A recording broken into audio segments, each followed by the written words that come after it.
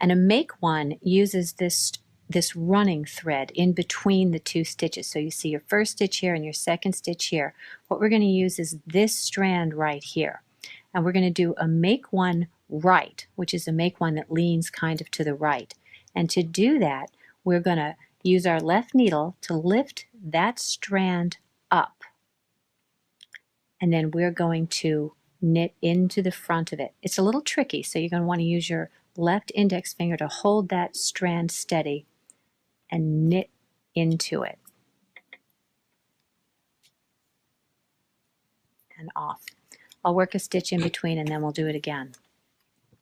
So insert your left needle underneath that strand and lift it up.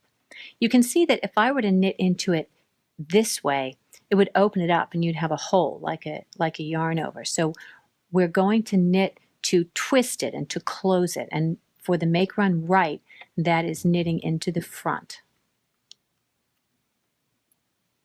Like that.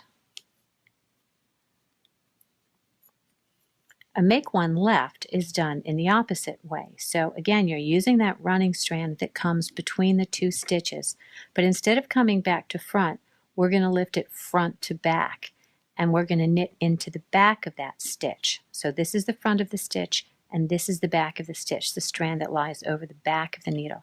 So we're going to knit into the back of that stitch.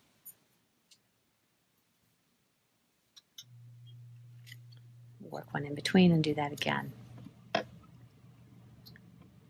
Insert the needle from front to back and knit into the back. This is a make one left.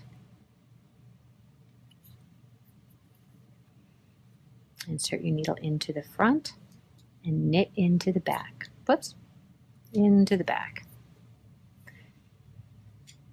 This is a little trickier to do than the knit front and back, but as you can see, it's a lot more subtle. You're not going to see that stitch, that increase, as much as you are going to see the bar increase. So that's a make one right and a make one left.